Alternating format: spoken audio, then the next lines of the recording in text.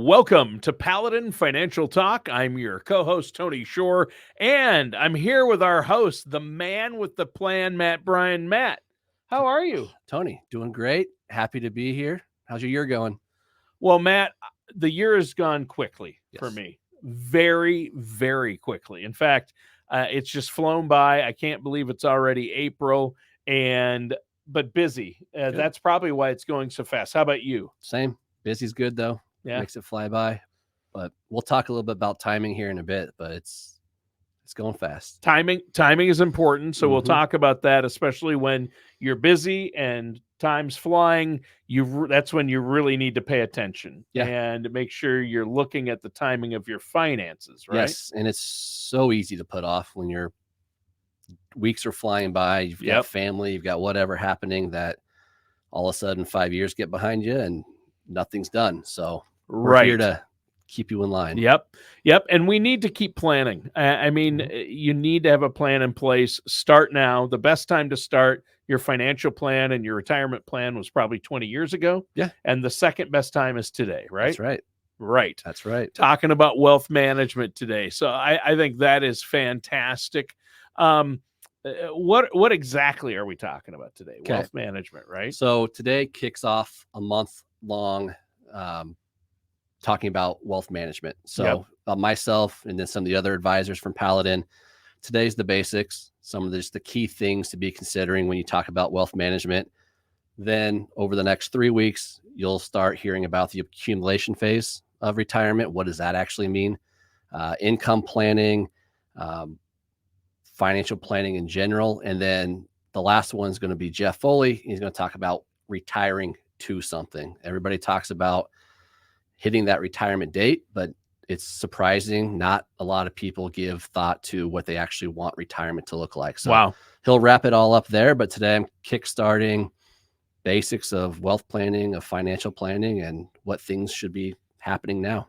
Well, fantastic. So let's start with the basics for our listeners out there who might just be dipping their toes into the investing pool for the first time, kind of the intro to wealth management. What is investing and why is it so important? Okay, so investing is going to be putting your money to work. So it's working for you. So you're not having to do everything as far as building wealth goes. And the basics are buying stocks, which is ownership in a company. You can invest in bonds, which is basically you're lending money to a corporation or an entity and getting a payment in return. There's real estate, there's mutual funds, exchange traded funds. There's thousands of different ways to invest. It's a bit overwhelming for most people. Everybody knows the US stock market. Stocks, depending on who you ask, are really good or really bad. And on any given day, they might be really good or really bad. Correct. If you're looking on a day-to-day basis. But overall, they've been good. Long term, the stock market does quite well. Yeah. And it's really how you can outpace inflation. It's how you can build wealth. And it's also how you achieve goals. So some people's goals are short term. It's saving up for that first home. Others, it's saving up for retirement because I know I have to fund retirement on my own. Social Security won't be enough. So you have to have purpose with your money. And we'll get into here in a bit, how we choose what portfolios or what investments make sense for clients. But it's about objective and being purposeful with your money. Sure. And I bet time horizon comes into play, or longevity. A lot of people, how I plan and what I plan for. My grandfather and a lot of my relatives on both sides have lived to 100 and beyond. My grandfather lived to 101. So I guess I have to look for longevity and plan for that in retirement. However, I eat a lot more pizza and drink a lot more pop than my grandfather did. So that could be part of it too. That might tie that into your retirement plan. That might knock me down a few years, but he was actually pretty healthy up until 101. Okay. I mean, that's 2 months before he died, he was camping.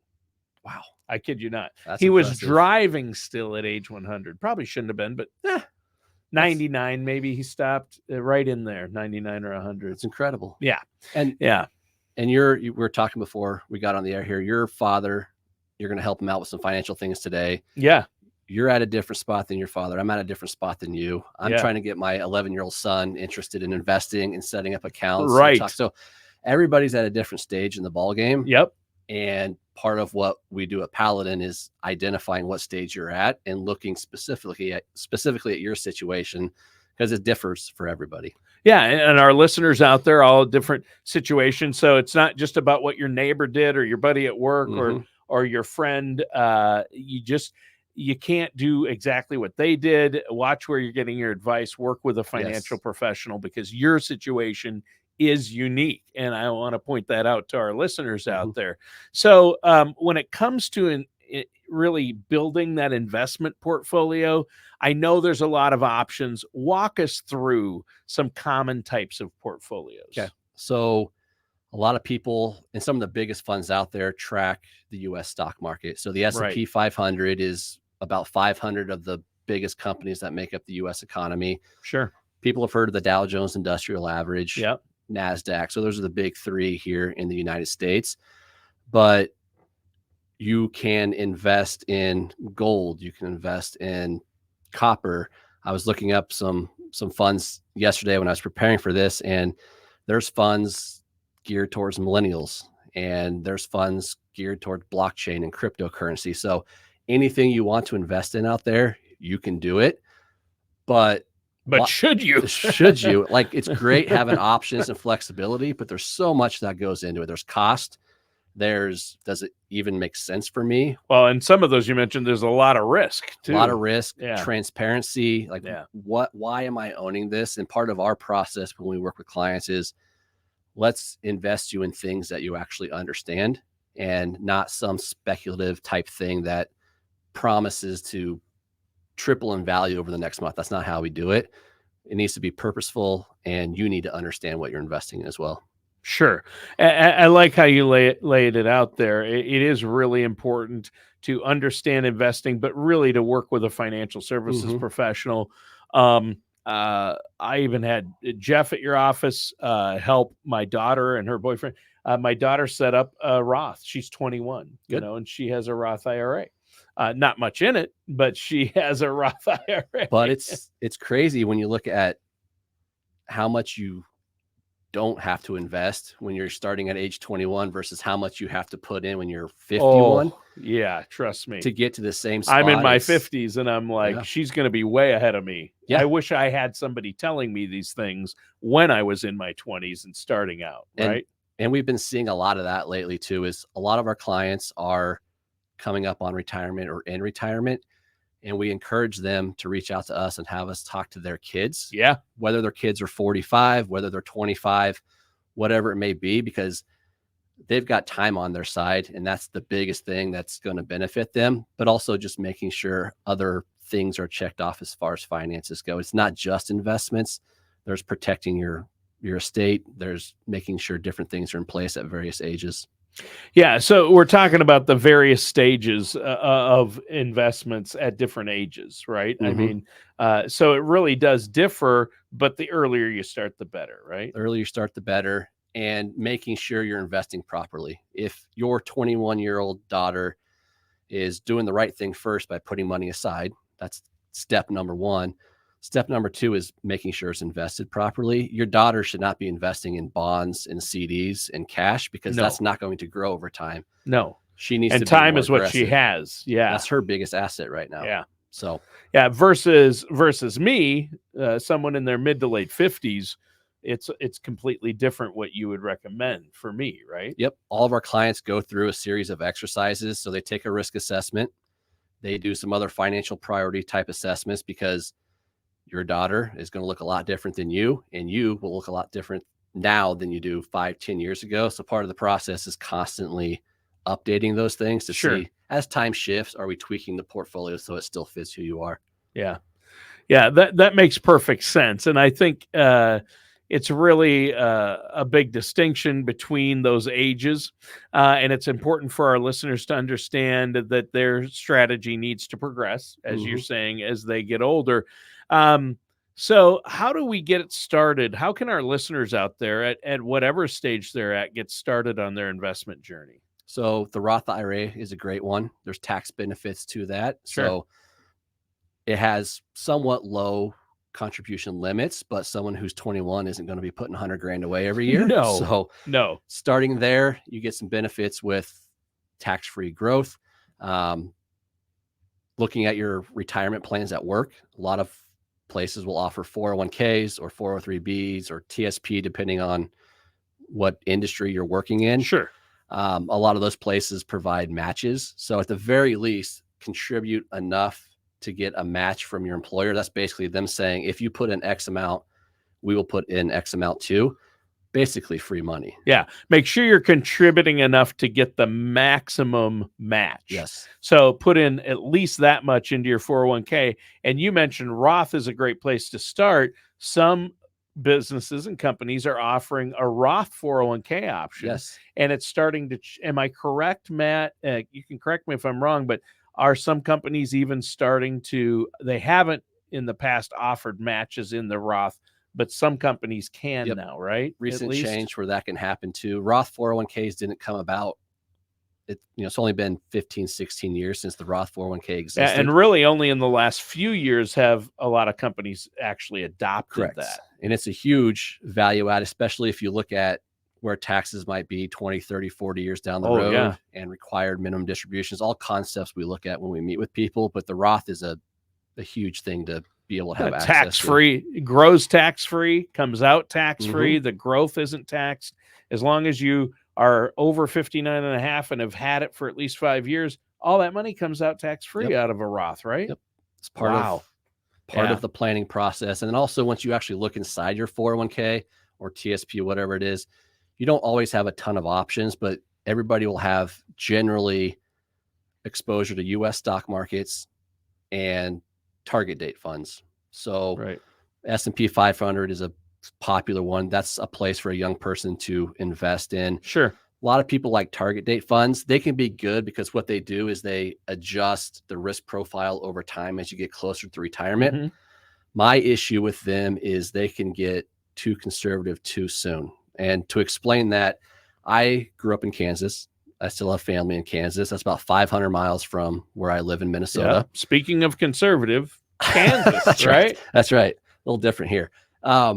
So you take I-35 to Kansas City, take a right on I-70, and I'm basically back to where I grew up. Wow. So when you're starting your journey and you get to the Iowa state line, you don't all of a sudden go from 75 miles an hour to 65. And then you get to Des Moines and you go 55. And then you get to Kansas City and you go 45. And then you get into town and you go 20, right? You go the speed limit the whole way. Then when you're outside of town, you start slowing down until you hit your final destination. The target date funds will slow you down, sometimes well ahead of when you will actually be retiring. So we look at each person's specific situation, but a lot of times it makes sense to stay with the foot on the gas until you're within 3, 4, 5 years of retirement and have a plan in place, and then start throttling back because you've said it, over time, the stock market does well. So let that build your wealth for you. Yeah. That's a great point. I think, some people go too far one way and they don't have any slowing down as they enter retirement and it's all at risk. And it's the same as it was when they're 30. They just leave it in there and let it ride. And then 2022 or 2008 comes along when we have a bit of a recession or a bear market and 20% down, 50% down. And they're like, oh, I need to take money out of that. I need 50 grand out of that account to live on this year or whatever. And then they're taking it out in a down year. That would be not good. Yes. And Ellie is actually going to talk about the accumulation phase transitioning to the income phase. I didn't mean to get ahead of ourselves. No, it's good because we see it all the time. People knew they were supposed to be putting money into their 401k. So first of all, great. You've done well. They haven't looked at it in 5, 10, 15 years. And they look at the balance and it's sizable, which is good, but it's not invested for their situation. They might be, hey, I'm retiring next year. What can we do? And it's like, fortunately, the stock market's been good over the last 18 months, but we need to start reworking this towards its true objective. When are you going to need this money? How soon? And if it's soon, then it needs to be in something that's not at risk or growth oriented. And I get that too. But now when you first sit down with somebody and talk about portfolios, how do you figure out what portfolios to put that person in? You've touched on that a little bit, but. So our clients will go through a series of exercises. So we get an idea of what the risk profile looks like. Then we'll look at their specific situation. So they're going to tell us, when we plan on retiring, what sources of income I'll have, whether Social Security or pensions, if you're lucky enough to still have one. We'll look at their nest egg, what they've saved and all the different types of accounts over time. And then we'll figure out how much they actually need. And so then we go through and start working on the actual plan itself, crunching the numbers, running all these different scenarios to say, based on what you've told us of your income need and how much you'll have coming in, your age and the types of money you'll have, we look at your risk profile and we start picking out which portfolios blend together to make the most sense. Because let's say someone's middle of the road balanced. Well, we don't want to give up on growth. So we'll have something that's out there being aggressive, but it's going to be balanced against something that we'll use short term that's conservative. So while a lot of clients have similar portfolios, each person's mix is completely different because each person's scenario is their own personal scenario. So the strategy has to be flexible. Sure. And I think that makes sense. So there are a lot of options, though. A lot of options. Our job, I know that, trying to figure out, like, when I sit down with you guys and you say, okay, what do you want? I'm like, well, there's so many. Yes. That's what I rely on it's you like, guys for. The menu at the Cheesecake Factory. It's like it's 14 pages long. True. So it's the largest menu in history at any restaurant. Our job is to be constantly looking around the landscape to see all those portfolios out there, who's doing a good job of actually managing them. And then we take those as building blocks for our clients' plan. So it's our job to know them and feel like they're competent and then introducing them to our clients. Smart. All right. Well, I think this has been a great discussion on kind of an intro to investing and an intro to wealth management, which is what you do. Wealth management is so important. And, we talked a lot about getting started early and kind of an intro to wealth management. Well, most of our listeners out there are parents or grandparents, probably in that age category. But like myself, if you have kids or grandkids, get them started young, bring them into Paladin Financial with you, and make sure you get a second opinion on where you're at with your retirement plans, and then bring them to your next visit and say, hey, talk to them about how much money they can have when they're our age if they start now. Absolutely. And I think that speaks volumes. And, my kids, they see, we're always saying, well, we got a budget for this. We don't have that. We got to save for retirement. We can't do this right now. And they see those limitations. And I say, I didn't start when I was in my 20s. Had I started, this wouldn't be a problem right now. We'd have this amount. And the light bulb went off in my 24-year-old son and my 21-year-old daughter. And so they're all about it. Good. They're all about it. Unfortunately, they don't teach this stuff in school. No. They should teach it in high school. Yes. In fact, they should start with personal finance in 7th grade on, I think. It's what you'll spend most of your life dealing with. And, we help people that are on the cusp of retirement, putting their plans together. But the ones that started in their 20s, your odds go way up that you'll have a successful retirement. Exactly. Well, Matt, I want to encourage our listeners and viewers out there on the YouTube to give you a call, set up that consultation with you. You'd be happy to sit down and talk to them. How can they get a hold of you? Okay. So paladinfinancial.com, you can go to that website, and there's a spot there to put in a request, or good old fashioned telephone. You can call us 651-842-8406. What's that number again? Slowly. 651-842-8406. All right. In case somebody's writing it down, and it's just paladinfinancial.com. That's right. paladinfinancial.com. And for our audio listeners on podcasts, we're on all the major podcasting sites and YouTube. But for audio only listeners, that's Paladin, Paladin. If you're listening to the podcast, you probably have that name, but I wanted to make sure and ask for Matt Bryant, right? That's right. I'll take it. All right. Well, Matt, great show today. Thank you. Really good topic. Great intro. There's so much to this. And I want to encourage our listeners and viewers to watch the next few weeks of shows and listen to them, because this topic, we're just going to move on from here and get more and more in depth. But I encourage them to pick up the phone, give you a call. You're a great guy to talk to. Oh, thank you. And and I mean, I want to steer them toward you. Okay. That's what I'm trying to do. Yeah. All right. Well, I was going to give Jeff Quick a hard time on the show, but I was trying to think of something funny to say. I don't know if is he going to do the show again at any point? He's on the list to talk about income planning and taxes. Oh, wow. Okay. Okay. We'll have Jeff Quick back on as well. Well, the Paladin team, the whole team is great. Thanks for tuning in. That does it for today's episode of Paladin Financial Talk with our host, Matt Bryant.